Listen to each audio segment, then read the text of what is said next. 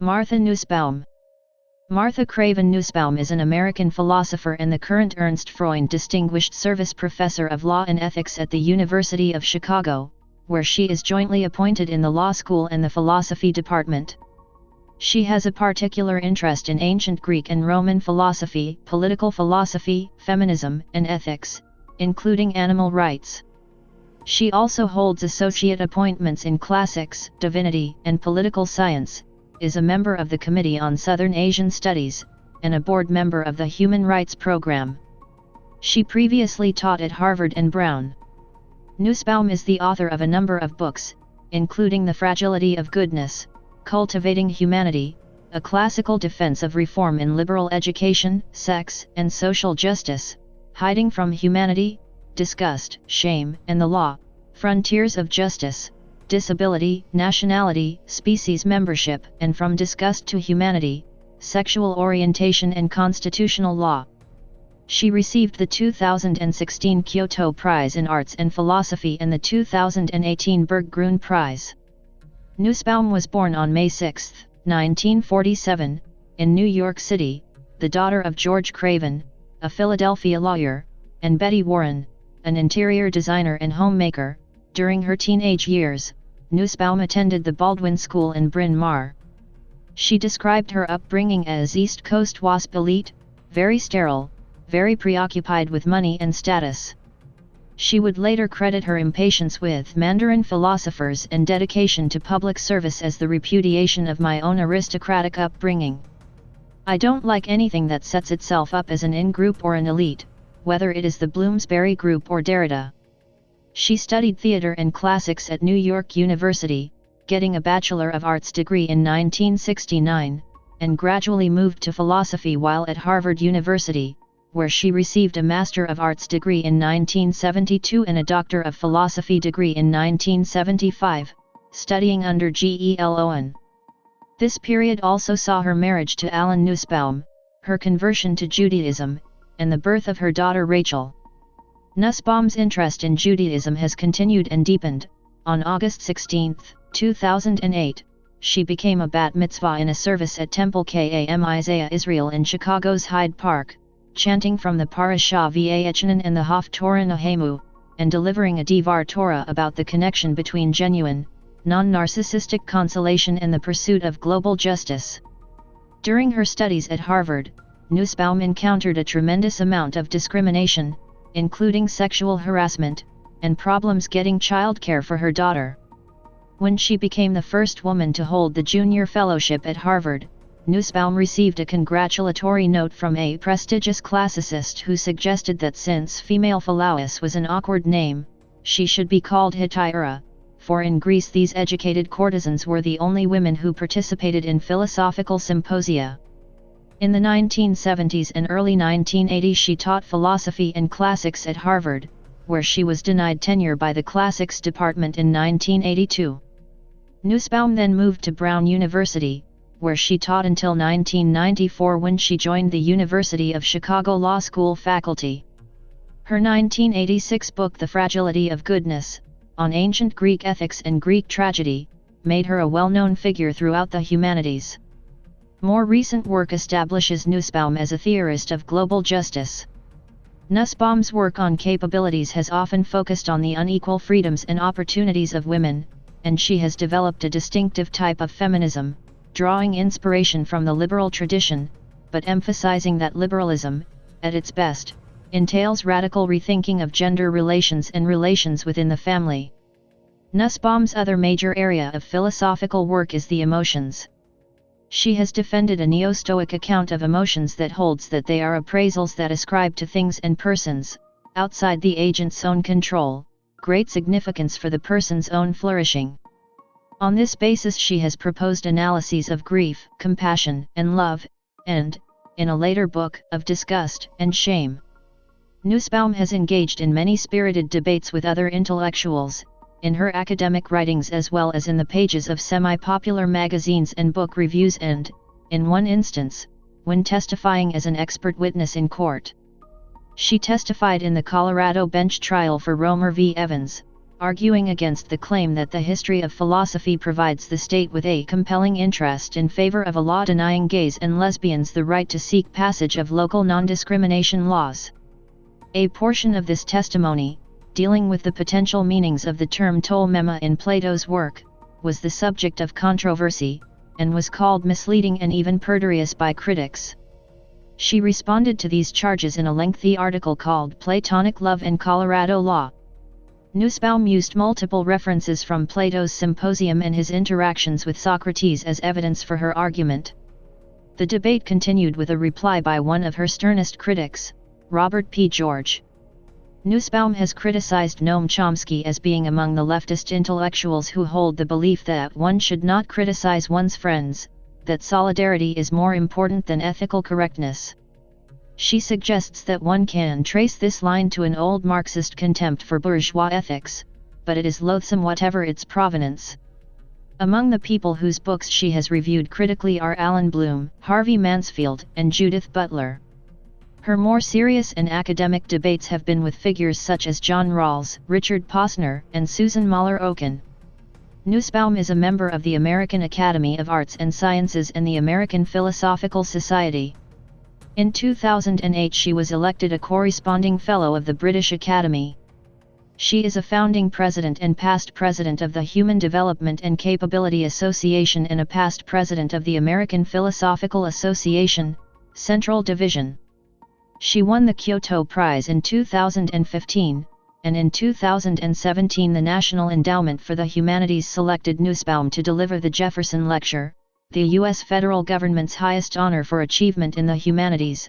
Her lecture, delivered in May 2017, was entitled Powerlessness and the Politics of Blame. Nussbaum dated and cohabited with Cass Sunstein for more than a decade. They had been engaged to be wed. She had previously had a romantic relationship with Amartya Sen. The fragility of goodness, luck and ethics in Greek tragedy and philosophy confronts the ethical dilemma that individuals strongly committed to justice are nevertheless vulnerable to external factors that may deeply compromise or even negate their human flourishing. Discussing literary as well as philosophical texts, Nussbaum seeks to determine the extent to which reason may enable self-sufficiency. She eventually rejects the Platonic notion that human goodness can fully protect against peril, siding with the tragic playwrights and Aristotle in treating the acknowledgement of vulnerability as a key to realizing the human good. Her interpretation of Plato's Symposium in particular drew considerable attention. Under Nussbaum's consciousness of vulnerability, the re-entrance of Alcibiades at the end of the dialogue undermines Diotima's account of the ladder of love in its ascent to the non-physical realm of the forms. Alcibiades's presence deflects attention back to physical beauty, sexual passions, and bodily limitations, hence highlighting human fragility. Fragility brought attention to Nussbaum throughout the humanities. It garnered wide praise in academic reviews, and even drew acclaim in the popular media. Camille Paglia credited fragility with matching the highest academic standards of the 20th century, and the Times Higher Education called it a supremely scholarly work.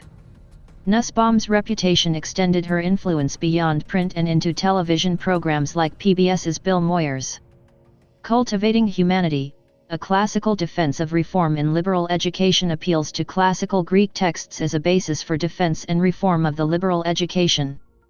Noting the Greek Cynic philosopher Diogenes' aspiration to transcend local origins and group memberships in favor of becoming a citizen of the world, Nussbaum traces the development of this idea through the Stoics, Cicero, and eventually the classical liberalism of Adam Smith and Immanuel Kant.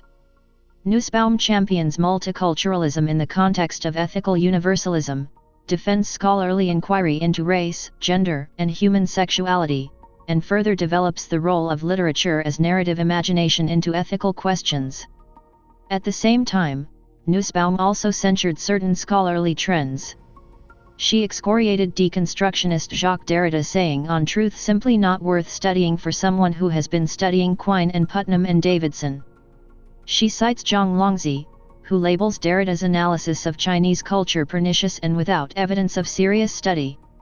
More broadly, Nussbaum criticized Michel Foucault for his historical incompleteness, lack of conceptual clarity, but nevertheless singled him out for providing the only truly important work to have entered philosophy under the banner of postmodernism. Nussbaum is even more critical of figures like Alan Bloom, Roger Kimball, and George Will for what she considers their shaky knowledge of non-Western cultures and inaccurate caricatures of today's humanities departments. The New York Times praised Cultivating Humanity as a passionate, closely argued defense of multiculturalism and hailed it as a formidable, perhaps definitive defense of diversity on American campuses. Nussbaum was the 2002 recipient of the University of Louisville Grawemeyer Award in Education. Sex and Social Justice sets out to demonstrate that sex and sexuality are morally irrelevant distinctions that have been artificially enforced as sources of social hierarchy. Thus, feminism and social justice have common concerns. Rebutting anti-universalist objections, Nussbaum proposes functional freedoms, or central human capabilities, as a rubric of social justice. Nussbaum discusses at length the feminist critiques of liberalism itself, including the charge advanced by Alison Jagger that liberalism demands ethical egoism. Nussbaum notes that liberalism emphasizes respect for others as individuals, and further argues that Jagger has elided the distinction between individualism and self-sufficiency. Nussbaum accepts Catherine MacKinnon's critique of abstract liberalism, assimilating the salience of history and context of group hierarchy and subordination, but concludes that this appeal is rooted in liberalism rather than a critique of it. Nussbaum condemns the practice of female genital mutilation, citing deprivation of normative human functioning in its risks to health, impact on sexual functioning, violations of dignity, and conditions of non-autonomy. Emphasizing that female genital mutilation is carried out by brute force, its irreversibility, its non-consensual nature, and its links to customs of male domination, Nussbaum urges feminists to confront female genital mutilation as an issue of injustice. Nussbaum also refines the concept of objectification, as originally advanced by Catherine MacKinnon and Andrea Dworkin. Nussbaum defines the idea of treating as an object with 7 qualities: instrumentality, denial of autonomy, inertness, fungibility, violability, ownership, and denial of subjectivity. Her characterization of pornography as a tool of objectification puts Nussbaum at odds with sex-positive feminism. At the same time, Nussbaum argues in support of the legalization of prostitution, a position she reiterated in a 2008 essay following the Spitzer scandal, writing, "The idea that we ought to penalize women with few choices by removing one of the ones they do have is grotesque." Sex and Social Justice was highly praised by critics in the press. Salon declared, "She shows brilliantly how sex is used to deny some people, i.e., women and gay men, social justice." The New York Times praised the work as elegantly written and carefully argued. Catherine Trevinan praised Nussbaum's effort to shift feminist concerns toward interconnected transnational efforts, and for explicating a set of universal guidelines to structure an agenda of social justice. Patrick Hopkins singled out for praise Nussbaum's masterful chapter on sexual objectification. Radical feminist Andrea Dworkin faulted Nussbaum for consistent over-intellectualization of emotion, which has the inevitable consequence of mistaking suffering for cruelty. Hiding from Humanity extends Nussbaum's work in moral psychology to probe the arguments for including 2 emotions, shame and disgust, as legitimate bases for legal judgments. Nussbaum argues that individuals tend to repudiate their bodily imperfection or animality through the projection of fears about contamination. This cognitive response is in itself irrational, because we cannot transcend the animality of our bodies. Noting how projective disgust has wrongly justified group subordination, Nussbaum ultimately discards disgust as a reliable basis of judgment. Turning to shame, Nussbaum argues that shame takes too broad a target, attempting to inculcate humiliation on a scope that is too intrusive and limiting on human freedom. Nussbaum sides with John Stuart Mill in narrowing legal concern to acts that cause a distinct and assignable harm. In an interview with Reason magazine, Nussbaum elaborated, "Disgust and shame are inherently hierarchical. They set up ranks and orders of human beings. They are also inherently connected with restrictions on liberty in areas of non-harmful conduct. For both of these reasons, I believe, anyone who cherishes the key democratic values of equality and liberty should be deeply suspicious of the appeal to those emotions in the context of law and public policy. Nussbaum's work was received with wide praise. The Boston Globe called her argument characteristically lucid and hailed her as America's most prominent philosopher of public life. Her reviews in national newspapers and magazines garnered unanimous praise. In academic circles, Stephanie A. Lindquist of Vanderbilt University lauded Nussbaum's analysis as a remarkably wide-ranging and nuanced treatise on the interplay between emotions and law.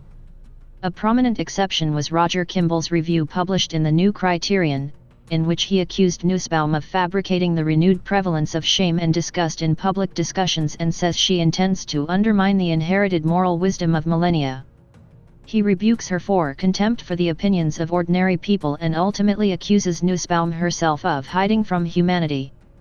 Nussbaum has recently drawn on and extended her work on disgust to produce a new analysis of the legal issues regarding sexual orientation and same-sex conduct. Her book From Disgust to Humanity, Sexual Orientation and the Constitution was published by Oxford University Press in 2009, as part of their Inalienable Rights series, edited by Geoffrey Stone. In the 2010 book From Disgust to Humanity, Sexual Orientation and Constitutional Law, Martha Nussbaum analyzes the role that disgust plays in law and public debate in the United States. The book primarily analyzes constitutional legal issues facing gay and lesbian Americans, but also analyzes issues such as anti-miscegenation statutes, segregation, anti-Semitism, and the caste system in India as part of its broader thesis regarding the politics of disgust. Nussbaum posits that the fundamental motivations of those advocating legal restrictions against gay and lesbian Americans is a politics of disgust. These legal restrictions include blocking sexual orientation being protected under anti-discrimination laws, sodomy laws against consenting adults, constitutional bans against same-sex marriage, over-strict regulation of gay bathhouses, and bans on sex in public parks and public restrooms. Nussbaum also argues that legal bans on polygamy and certain forms of incestuous marriage partake of the politics of disgust and should be overturned. She identifies the politics of disgust closely with Lord Devlin and his famous opposition to the Wolfenden report that recommended decriminalizing private consensual homosexual acts on the basis that those things would disgust the average man. To Devlin, the mere fact some people or act may produce popular emotional reactions of disgust provides an appropriate guide for legislating. She also identifies the wisdom of repugnance as advocated by Leon Kass as another politics of disgust school of thought, as it claims that disgust in crucial cases, repugnance is the emotional expression of deep wisdom, beyond reason's power fully to articulate it. Nussbaum goes on to explicitly oppose the concept of a disgust-based morality as an appropriate guide for legislating. Nussbaum notes that popular disgust has been used throughout history as a justification for persecution. Drawing upon her earlier work on the relationship between disgust and shame, Nussbaum notes that at various times, racism, anti-Semitism, and sexism have all been driven by popular revulsion. In place of this politics of disgust, Nussbaum argues for the harm principle from John Stuart Mill as the proper basis for limiting individual liberties. Nussbaum argues the harm principle, which supports the legal ideas of consent, the age of majority, and privacy, protects citizens, while the politics of disgust is merely an unreliable emotional reaction with no inherent wisdom.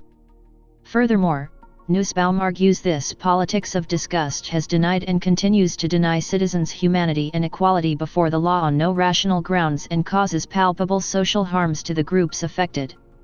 From Disgust to Humanity earned acclaim in the United States, and prompted interviews in the New York Times and other magazines. One conservative magazine, The American Spectator, offered a dissenting view, writing, "Our account of the politics of disgust lacks coherence, and the politics of humanity betrays itself by not treating more sympathetically those opposed to the gay rights movement." The article also argues that the book is marred by factual errors and inconsistencies. Nussbaum has 62 honorary degrees from colleges and universities in North America, Latin America, Europe, Africa, and Asia, including from